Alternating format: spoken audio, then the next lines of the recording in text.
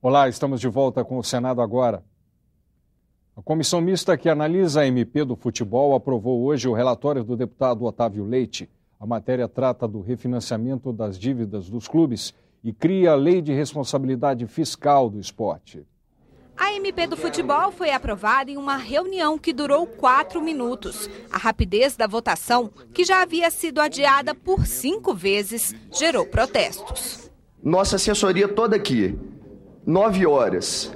Qual que é o combinado? Começou a reunião, manda uma mensagem, liga pra gente que a gente desce do gabinete e vem pra cá. Na hora que abriu, a hora que vocês votaram tudo, não deu 1 minuto. A expectativa dos parlamentares era discutir 11 destaques que não foram analisados na reunião de ontem. Mas, segundo o presidente, acabaram prejudicados por conta da ausência dos autores. Nós marcamos para as 9 horas. Eu esperei até 9h18. Não apareceu nenhum, eu não posso defender os destaques. Os autores dos destaques é que teriam que estar presentes na sessão para poder fazer. Não estava aqui, eu fiz o que estava no regimento. No plenário, todos esses temas que estão sendo arguídos, dúvidas ou posições distintas à do relator, poderão novamente ser trazidas ao debate e ao voto. A MP do futebol refinancia e aumenta o prazo para o pagamento das dívidas dos clubes. Só que para isso cria uma lei de responsabilidade. Para ter direito ao benefício, os times precisam divulgar a prestação de contas na internet, garantir a participação dos atletas na definição do calendário dos jogos, dar autonomia aos conselhos fiscais e limitar a 4 anos os mandatos dos dirigentes, com direito a apenas uma reeleição. Foram 181 tentativas de alterar o texto enviado pelo governo. O relator, deputado Otávio Leite, acolheu 52 emendas. Agora, a MP segue para o plenário da Câmara dos Deputados. A expectativa é que ela seja votada na próxima terça-feira. 62 bilhões de dólares foi o valor das trocas comerciais entre Estados Unidos e Brasil em 2014. Mas como estreitar os laços entre os dois países e ampliar ainda mais o comércio bilateral? Esse foi o foco da audiência pública da Comissão de Relações Exteriores. O convidado, o senador licenciado e ministro do Desenvolvimento, Armando Monteiro, destacou o papel das exportações para tirar o país da crise. O Brasil é a 7ª economia do mundo, mas ocupa o 25º lugar quando o assunto é exportação.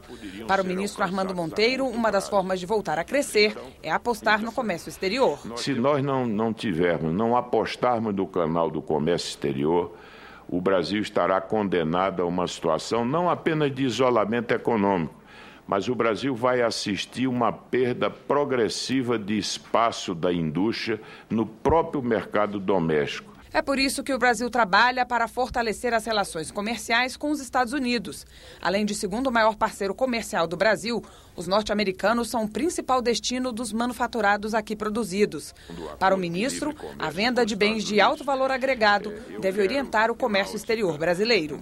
O Brasil vai ser e será ainda um grande exportador de commodities, mas se não recuperarmos a nossa posição na área das manufaturas, se o Brasil não tiver claramente uma agenda com um foco na maior integração, sobretudo da indústria, as tais cadeias de valor do mundo, nós vamos perder esse trem e aí sim nós teremos condenados a ter cada vez mais uma indústria menor no Brasil. Desde o início deste ano, os dois países têm discutido como facilitar as trocas.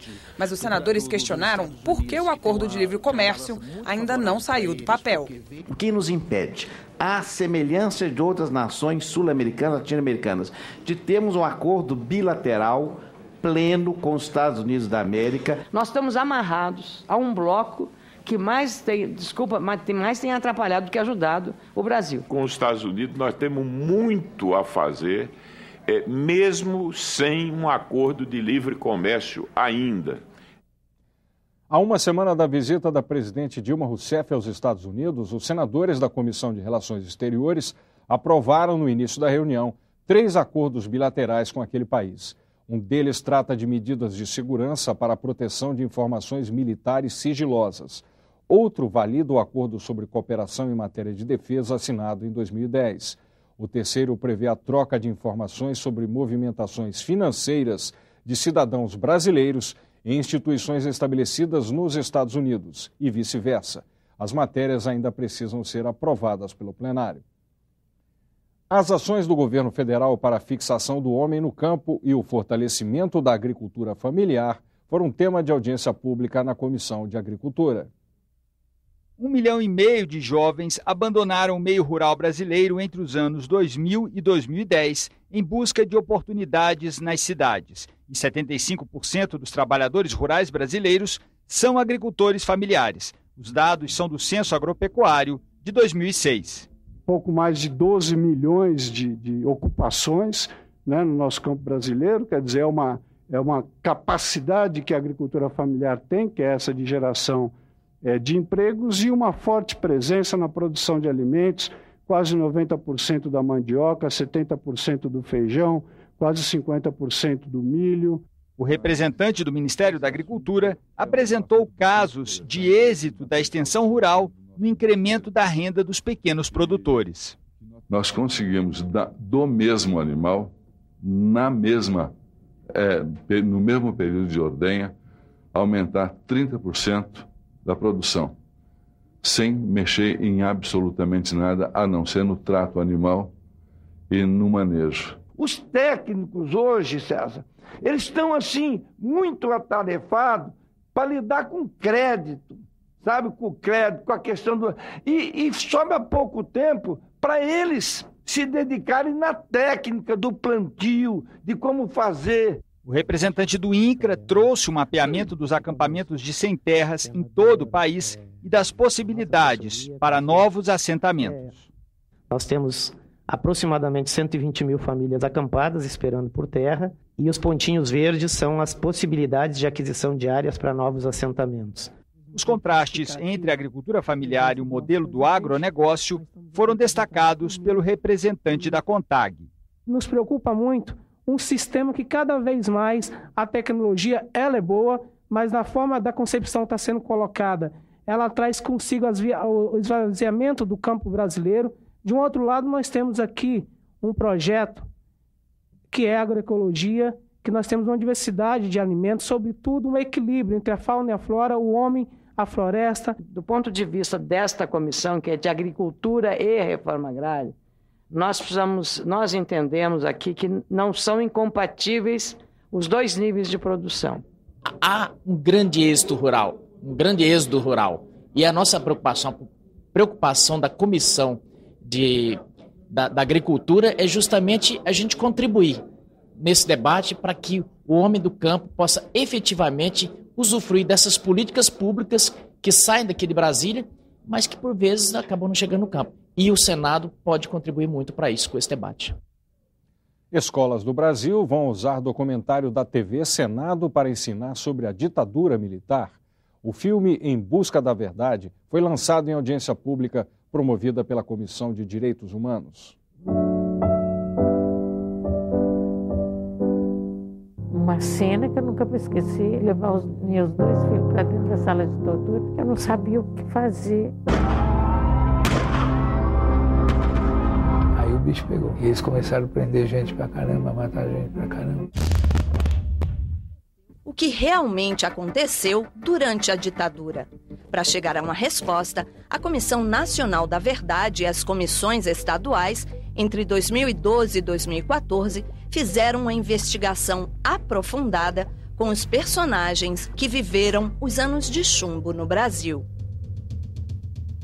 Eu fui pendurado um dia 2 horas da tarde e foram me tirar 8 horas da noite. Havia tortura?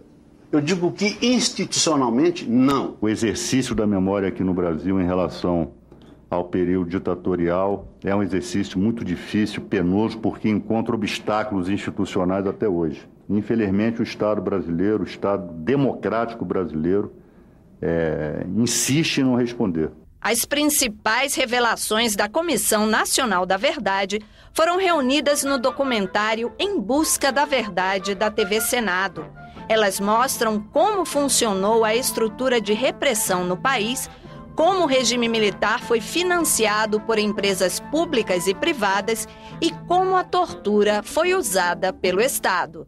Essas pessoas tiveram a coragem, a generosidade de nos receber e falar de histórias que são muito difíceis de serem contadas. Eu estou emocionada também porque você imaginar, não foi um dia, foram anos, né? Foram 21 anos de ditadura, né? Sem essa sensação, eu imagino, de quem vivia, é não saber quando isso ia ter um fim. E eu agradeço porque eu vim de uma geração que desfruta da democracia. Nós temos que olhar o passado com visão no futuro. O mais importante é que essas lições elas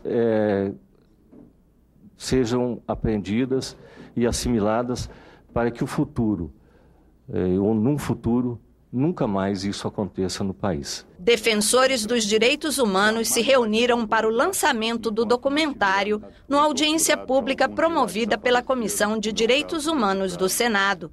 A ideia é que o vídeo Em Busca da Verdade seja usado em escolas do país. A gente teve um debate, uma mesa na CONAS sobre ensino da ditadura militar nas escolas. Então, esse é um debate emergente também no campo educativo, educacional, entre os sistemas de ensino.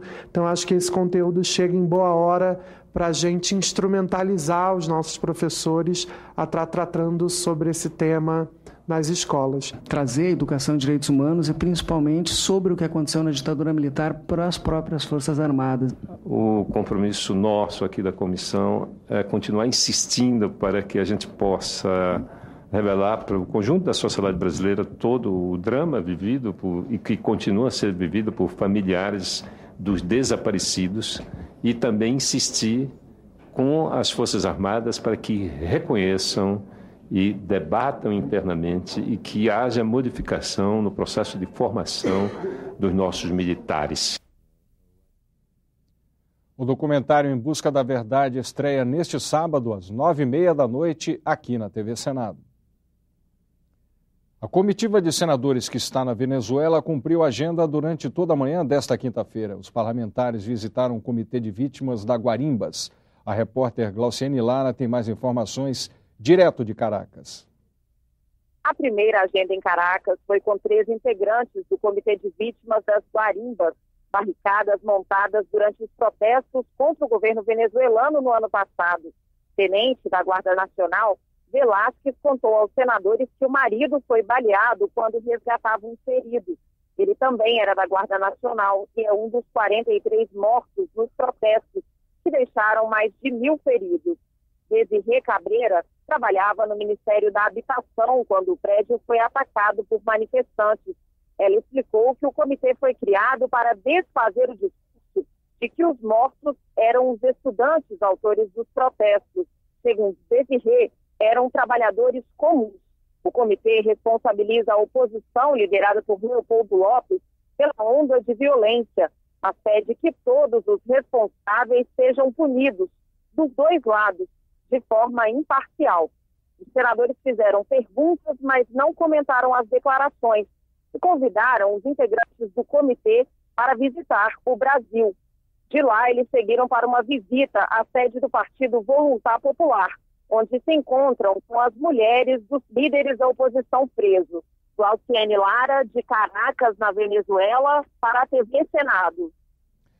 E na sede do Partido Voluntad Popular, a esposa de Leopoldo Lopes, Lilian Tintori, disse que está alegre porque desta vez os senadores conseguiram entrar em Caracas, ao contrário do que aconteceu na semana passada. E relatou a greve de fome de Lopes e de outras 104 pessoas que acabou na última segunda-feira, depois que foram marcadas eleições para o Legislativo na Venezuela. Durante a tarde, os senadores continuam com a agenda em reuniões com o Ministério Público e a Defensoria Pública da Venezuela. Também se encontram com o presidente da Assembleia Nacional e com a ministra de Relações Exteriores do país. Ficamos por aqui. Voltamos a qualquer momento com uma nova edição. Acompanhe em seguida a sessão plenária ao vivo. Boa tarde.